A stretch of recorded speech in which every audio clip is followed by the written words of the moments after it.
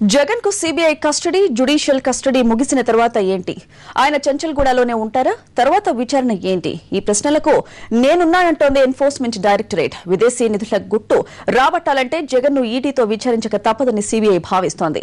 ఇప్పటికే సిబిఐ తాము రూపొందించిన 2-3 ఛార్జ్ షీట్లను అప్పగించడంతో మరికొద్ది రోజుల్లోనే జగన్ తమ కస్టడీకి తీసుకోవాలని భావిస్తోంది ఈడీ.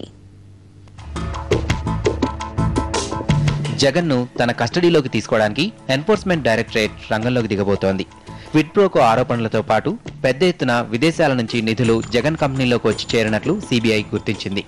ఈ నిధుల వ్యవహారంలో విచారణ కోసం ఈ నెల 18 నాటికి జగన్ ను తమ కస్టడీలోకి తీసుకోవాలని ఈడీ అధికారులు భావిస్తున్నారు.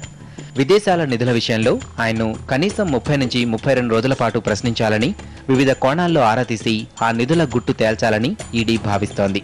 ఇందుకు సంబంధించిన విచారణ కోసం జగన్ ను తమకు అప్పగించాల్సిందిగా ఈడీ అధికారులు కోర్టులో పిటిషన్ వేయనున్నారు.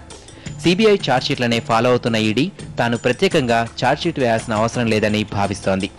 ఇప్పటికే ఢిల్లీ నుంచి వచ్చిన 2 బృందాలు జగన్ కేసును కూలంకషంగా అధ్యయనం చేస్తున్నాయి. హైదరాబాద్లో ఉన్న ఈడీ అధికారులతో కలిసి ఈ బృందాలు కేసును పరిశీలిస్తున్నాయి.